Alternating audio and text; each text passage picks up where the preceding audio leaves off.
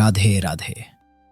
कभी कभी जीवन हमें उस मोड़ पर लाकर खड़ा कर देता है जहां हर रास्ता धुंधला लगता है, हर जवाब अधूरा और हर सांस भारी।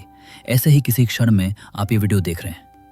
शायद कुछ समझ नहीं आ रहा, या कोई निर्णय लेना कठिन हो गया है, शायद कोई रिश्ता टूट गया है, या आत्मा थक गई है। लेकिन रुक जाइए, क्योंकि आज जो आप सुनने जा रहे हैं वो सिर्फ शब्द नहीं है, वो भगवान श्री कृष्ण के वो उपदेश हैं जो कभी अर्जुन के टूटे हुए मन को जोड़ चुके हैं और आज आपके जीवन को भी नई दिशा देंगे। जीवन की सबसे बड़ी गलती, मन की अशांति। भगवान श्री कृष्ण गीता में कहते हैं, शांत व्यक्ति ही स्थिर बुद्धि वाला होता है और स्थिर बुद्धि वाला ही सच्चा सुखी होता है।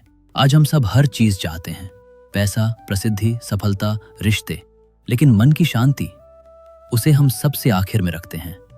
जबकि कृष्ण कहते हैं, जो मन को जीत लेता है वही इस संसार को जीत लेता है। जब दुख घेर ले तो क्या करें? जब जीवन में दुख आता है हम सोचते हैं, क्यों मेरे साथ ही ऐसा हुआ? पर श्री कृष्ण हमें सिखाते हैं, दुख स्थायी नहीं है, सुख भी नहीं। सुख दुख आने जाने वाले हैं, इन्हें सह लो, क्योंकि ये शरीर के संपर्क से होते हैं। तो क्या करें? धैर्य रखें, शांति से स्वीकार करें, क्योंकि हर दुख हमें मजबूत बनाता है। जैसे गर्मी के बिना हम ठंडी की कद्र नहीं कर सकते, वैसे ही दुख के बिना हम शांति को नहीं समझ सकते। कौन सा रास्ता चुने जब आप उलझे हों? शायद आप अभी किसी ऐसे मोड़ पर हैं जहां दो रास्ते हैं, लेकिन निर्णय लेना कठिन है। तो श्री कृष्ण का ये उपदेश सुनिए, कर्म करो, फल की चिंता मत करो। इसका मतलब ये नहीं कि परिणाम की परवाह ना करें, बल्कि इसका अर्थ है आपका कार्य सही हो, ईमानदारी से हो, नीयत साफ हो। फल तो भगवान के हाथ में।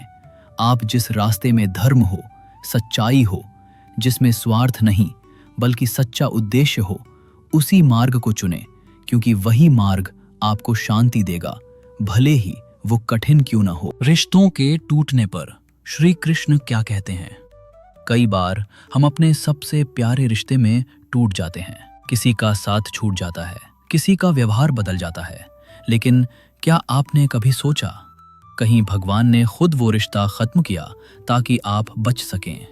श्री कृष्ण कहते हैं, जो तुम्हारा है वो तुम्हारे पास रहेगा, जो नहीं है वो चला जाएगा, और यही अच्छा होगा। रिश्तों में जबरदस्ती नहीं होनी चाहिए।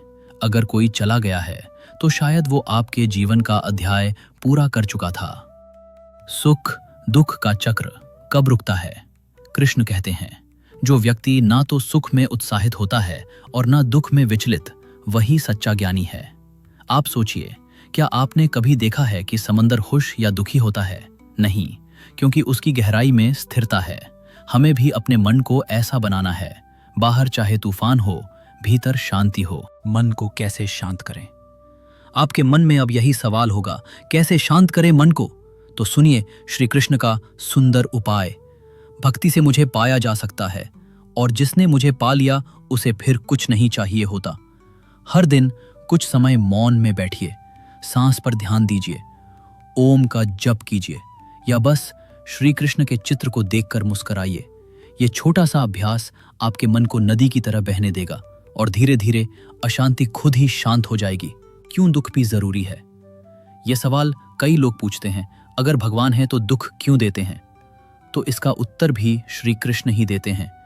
जिसे मैं प्रेम करता हूं उसे परीक्षा से गुजारता हूं, ताकि वह और निखर जाए। सोचिए, अगर हर दिन सिर्फ सुख हो तो क्या हम कुछ सीखेंगे? दुख हमें गढ़ते हैं, वो हमें भीतर से मजबूत करते हैं। लोहे को भी तपाकर ही तलवार बनाया जाता है। इसलिए आज आपसे यही कहना है, अगर आप दुख में हैं तो विदा में हैं।